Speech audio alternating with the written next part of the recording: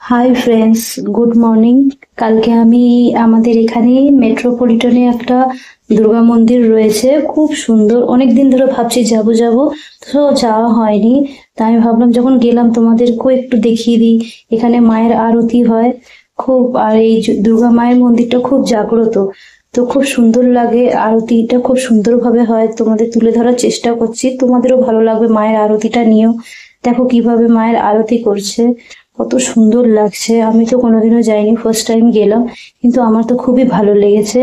আর ভিডিওটা খুব লং হয়ে যাচ্ছিল বলে তো আমি চেষ্টা করলাম একটু মানে ফাস্ট করার ভিডিওটা। আর মায়ের আরতির সময় তো একদম ভিডিও কোনো ক্যামেরা অ্যালাউ নেই মায়ের সামনে অবধি। খুব কষ্ট করে পিছন থেকে চেষ্টা করেছি জুমিং করে মায়ের আরতিটা যাতে তোমাদের সঙ্গে শেয়ার করতে পারি, তোমরাও যাতে মায়ের আরতিটা দর্শন করতে পারো।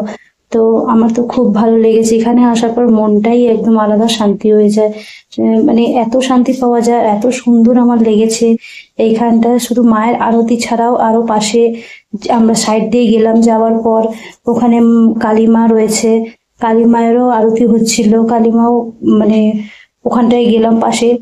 তারপরে ওখানে মানে বিভিন্ন ধরনের রয়েছে, এইখানে আছে যেমন যে বজরংবলী রয়েছে, তার পাশে কালী ঠাকুরও রয়েছে।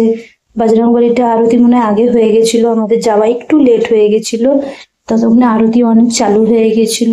খুব চেষ্টা করেছি তোমাদেরকে আরতিটা তুলে ধরার, যে তোমরাও যাতে এইটা উপভোগ করতে পারো।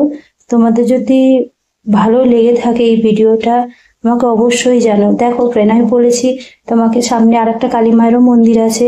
আমি আবার বললাম, আমি ভিডিওটা ফাস্ট করার চেষ্টা করেছি, তারপরে মায়ের মুখটা একদম ক্লোজ ভাবে তুলে ধরার চেষ্টা করেছি, অ্যালাউ নেই, বারবার গার্ড বলে দিয়েছে সামনে থেকে মায়ের কোনো ছবি বা ভিডিও তোলা যাবে না।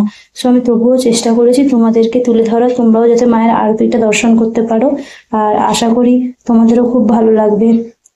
যদি কিছু ভুল হয়ে থাকে আমাকে বলতে পারো যে কোন জায়গায় আমার মিস্টেক আছে। তোমরা আমার পাশে থেকো, আমায় সাপোর্ট করো। আমার ভিডিও ভালো লাগলে লাইক, কমেন্ট, সাবস্ক্রাইব করে দিও। Thank you.